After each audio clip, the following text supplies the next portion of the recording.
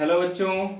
तो आइए आज हम सभी बात करेंगे एक नए चैप्टर के साथ, जो कि क्लास 10th का पहला चैप्टर है हम सभी का, जिसका नाम है केमिकल रिएक्शन एंड इक्वेशन। बच्चों, तो आज हम सभी उस चैप्टर को स्टार्ट करेंगे। तो सबसे पहले उस चैप्टर को समझने के लिए क्या क्या हमारी अप्रोचेस होनी चाहिए, यानी क्या कौन सी चीज़ें हमें आनी चाहिए जिसकी वजह से उस चैप्टर हमें इजिली क्या है समझ में आए। ठीक है, तो आज हम सभी ज़्यादा उस चैप्टर के बारे में पढ़ेंगे नहीं, बस क्या है कि एक अप्रोच बताया जाएगा आपको, ताकि क्लास 10th की केमिस्ट्री पढ़ने के लिए आपके लिए क्या हो जाए, इजी हो जाए थोड़ा। ठीक है, तो चैप्टर का नाम है अपना क्या क्या नाम है, केमिकल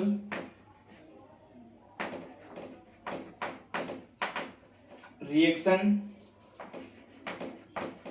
एंड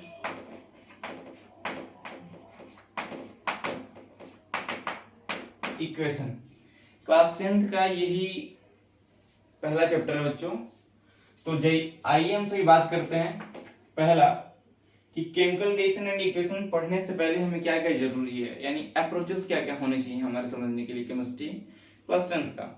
तो सबसे पहले है रिएक्शन क्या होता है। क्या बच्चों, रिएक्शन होता क्या है? तो रिएक्शन हम सभी ये वर्ड पहली बार नाम सुन रहे हैं। शायद हमें ऐसा लगता है कि आप सभी अपने डेली लाइफ में लगभग डेली कोई ना कोई रिएक्शन देख ही लेते हैं। तो अब आप सभी सोच रहे होंगे कि ऐसा क्या है जो हम लोग डेली लाइफ में देख ऑब्जर्व करते हैं और उसको कभी सोचे नहीं उसके बारे में, और खासकर ये वर्ड जो रिएक्शन। बच्चों, आप सभी का डर खत्म करने के लिए मैं एक चीज बता दूं कि इसका मैं एक नाम बदल रहा हूँ। ठीक है, जैसे आप सभी का होता है ना, एक स्कूल का नाम अलग होता है, घर का नाम अलग होता है, ठीक उसी प्रकार इसका मैं नाम बदल रहा हूँ। नाम क्या है आपका? रिएक्शन को हम लोग बोल सकते हैं क्या? चेंजेस। क्या बोल सकते हैं? चेंजेस। इसी को क्या बोला जाता है? ट्रांसफॉर्मेशन। क्या बोला जाता है? ट्रांसफॉर्मेशन।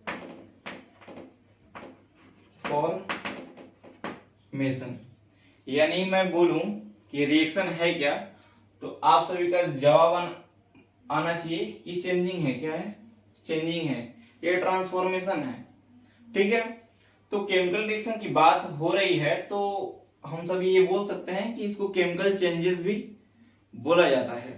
ठीक है, अब ये आपको कुछ याद आ रहा होगा कि सर हम लोग क्लास 9th में कुछ चेंजेस के बारे में पढ़े थे, जिसका नाम क्या था? फिजिकल चेंज और केमिकल चेंज। हाँ बच्चों, आप सभी सही बोल रहे हो।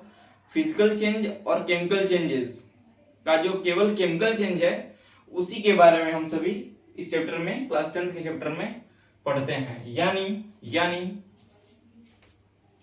केमिकल रिएक्शन का मतलब है क्या? केमिकल रिएक्शन का मतलब है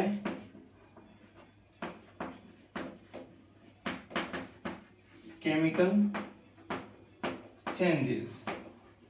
ठीक है, और मैं बोलूं तो इसी का मतलब है क्या? Chemical transformation. क्या है बच्चा नाम? Chemical transformation.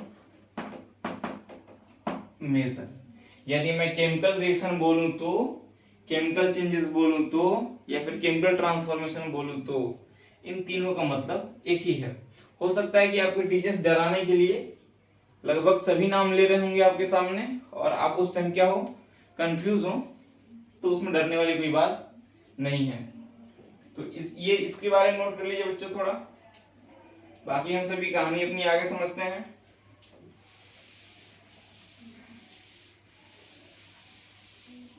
अब देख लीजिए, रिएक्शन को पढ़ने के लिए हमारे पास कुछ बेसिक एलिमेंट्स होने चाहिए जो हमें आते हों, तभी हम लोग कोई भी चैप्टर या कोई भी केमिकल रिएक्शन इजीली समझ सकते हैं। तो बच्चों, हम लोग क्लास 9th के चैप्टर नंबर 3 में जो केमिस्ट्री का है, जिसको बोलते हैं एटम्स और मॉलिक्यूल्स, उसमें हम लोगों ने एक चीज पढ़ा होगा आयंस के बारे में। किसके बारे में? आयंस के बारे में। और आयंस दो तरीके के होते हैं, केटायन और एनायन। यानी ऐसे रेडिकल्स, ऐसे स्पीसीज जिसके ऊपर पॉजिटिव चार्ज हो उसको बोलते हैं केटायन, और जिसके ऊपर नेगेटिव चार्ज हो उसको क्या बोलते हैं, एनायन बोलते हैं। बात समझ में आई बच्चों? नहीं आई? अगर आप सभी नहीं पढ़े हैं तो आइए यहाँ पर देखते हैं आज हम सब। देखिए मैंने कौन सा टॉपिक बोला है, आयंस। अब आयंस दो तरीके के होते हैं, कितने तरीके के, दो तरीके, केटायंस और क्या होते हैं, एनायंस। यानी केटायन और एनायंस होते हैं बच्चा। इसको बोलते हैं हम लोग, क्या बोलते हैं, पॉजिटिव चार्ज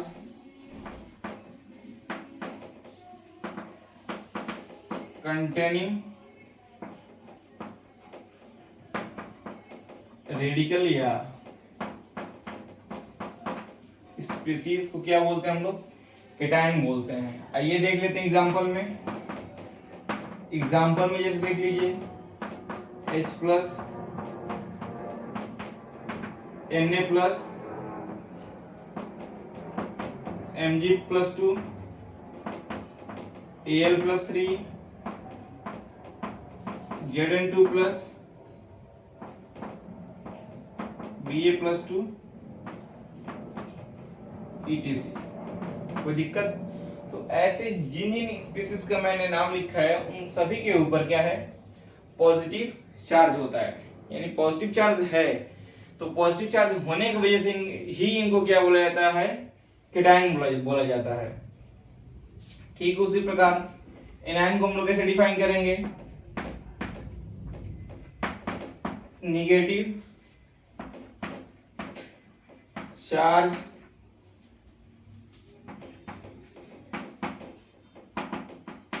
containing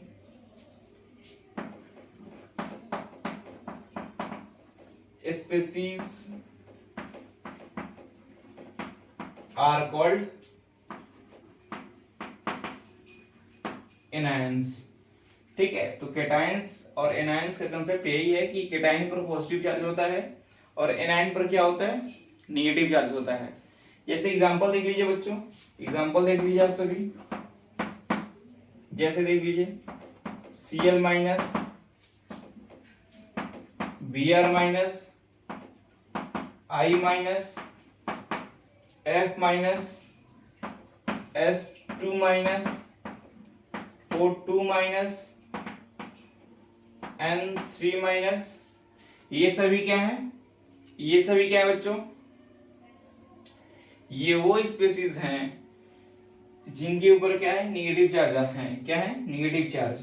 अब निगेटिव चार्ज होने के वजह से, निगेटिव चार्ज होने की वजह से इनको एनायन बोला जाता है और इनको पॉजिटिव चार्ज होने की वजह से क्या बोला जाता है, cation.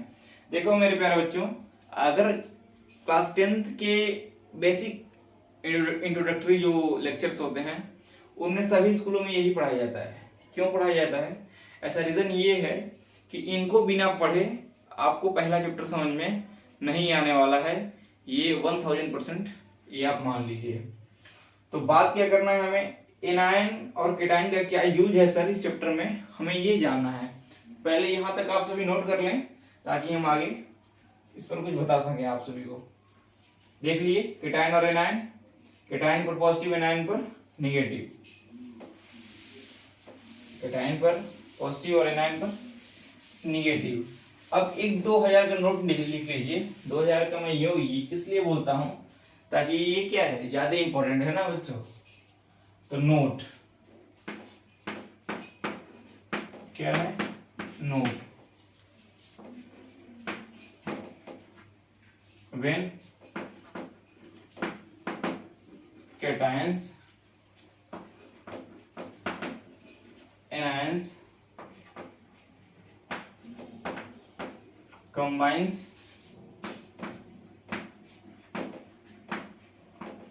together they form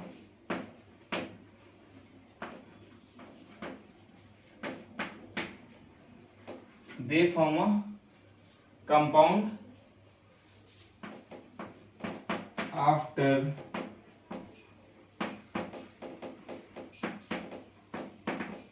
neutralising their charges on it। अब मैं यहाँ पर आपको सब क्या बताऊंगा, एग्जाम्पल बताऊंगा।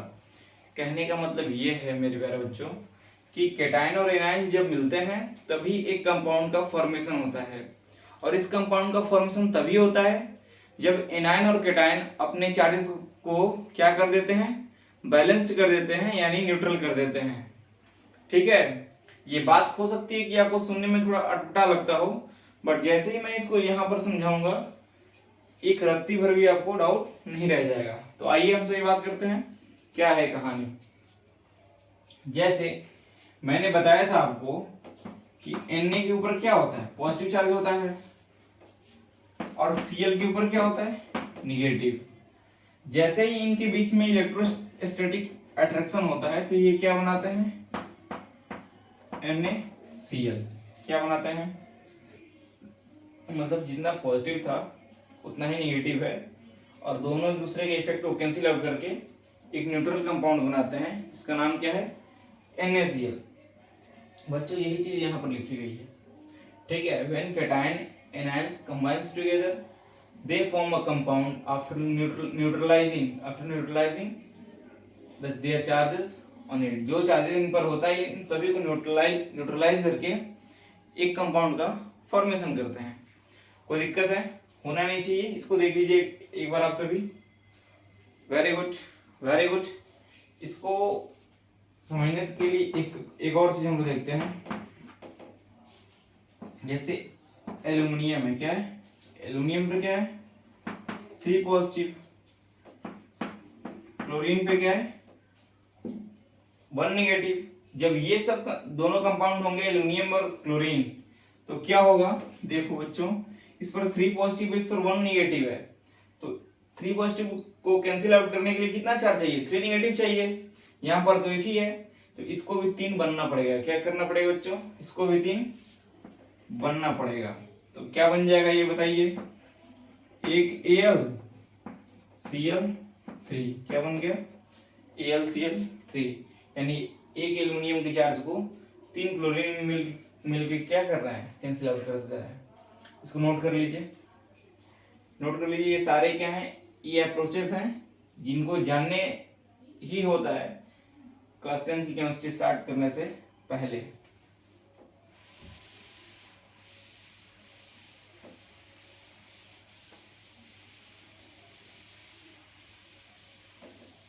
आइए बच्चों, अब मैं कुछ केटायंस लिख रहा हूं, कुछ एनायंस लिख रहा हूं। जैसे केटायन तो लगभग मैं लिख दिया हूं, H+, Na+, Li+, K+।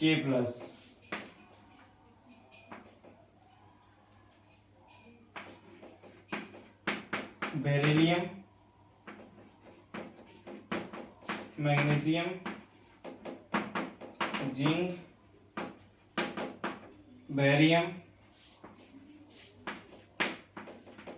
+2, aluminium, ठीक है,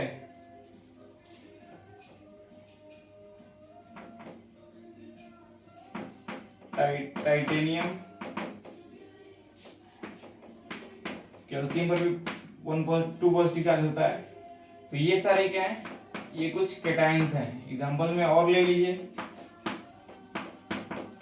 Fe2+, जो याद आता जाएगा हम सभी यहाँ पर लिखते जाएंगे।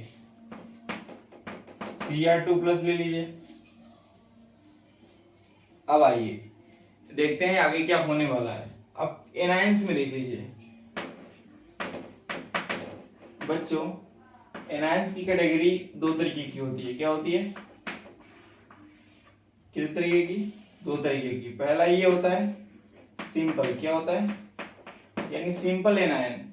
देखो अब सिंपल और कॉम्प्लेक्स या फिर सिंपल और कंपाउंड, बस एनायन में थोड़ी होता है, ये तो केटायन में भी होता है, सिंपल और कंपाउंड आयन।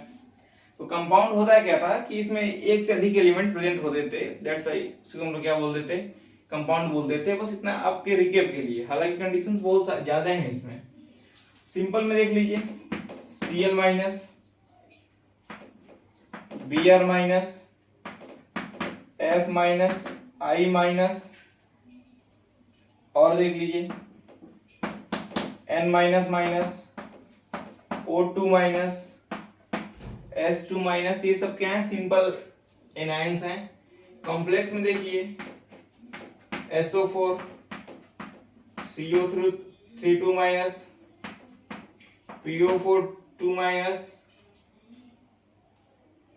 3 माइनस, और देखिए सल्फेट हो गया, कार्बोनेट हो गया, फॉस्फेट हो गया, NO3 1 माइनस,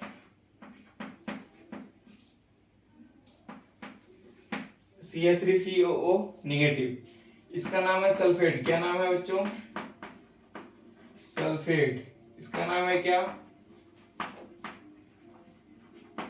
कार्बोनेट। इसका नाम क्या है, फॉस्फेट। इसका नाम क्या है, नाइट्रेट। इसका नाम क्या है, इसका नाम है एसीटेट। क्या नाम है,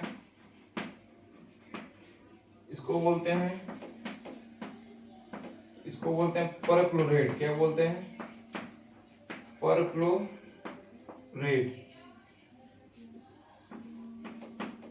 इसको बोलते हैं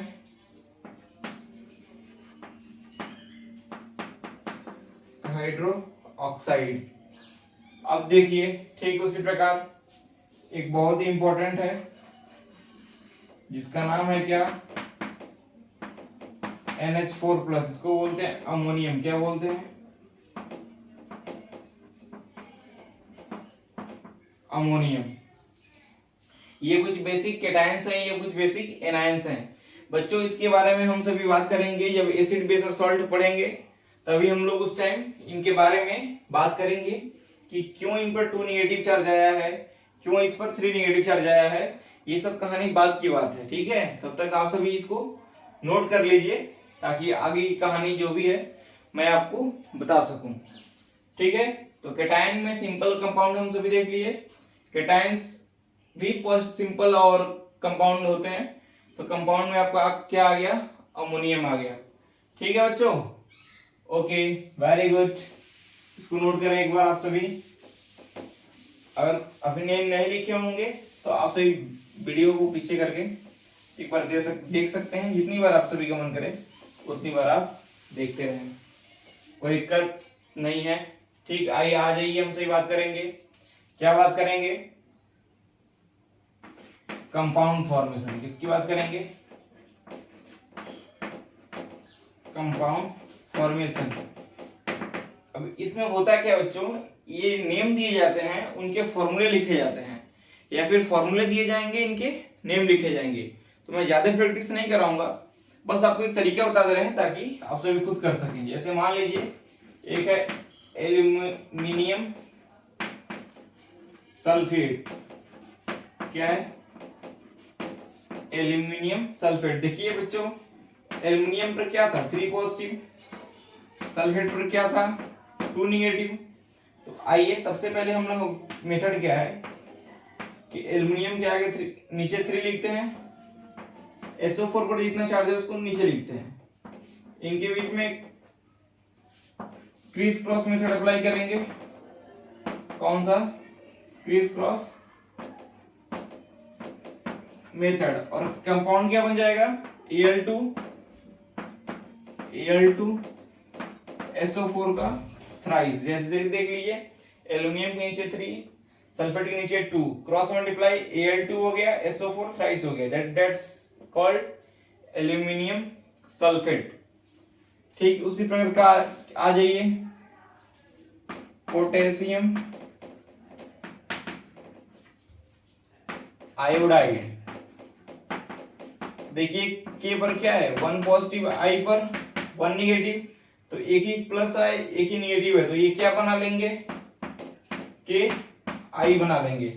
ठीक उसी प्रकार बच्चों जितने भी आपके आयंस थे, खासकर जो कंपाउंड एनायन थे और कंपाउंड केटायन, इनका क्या बनाइए, एक टेबल में सभी कंपाउंड्स के नेम तथा सभी कंपाउंड्स के कुछ ना कुछ सॉल्ट्स बना लीजिए। और ये जो भी हैं कंसेप्ट सॉल्ट्स वाले, ये आपको क्लास 10 के पहले चैप्टर में ही इनका यूज आपको दिख जाएगा।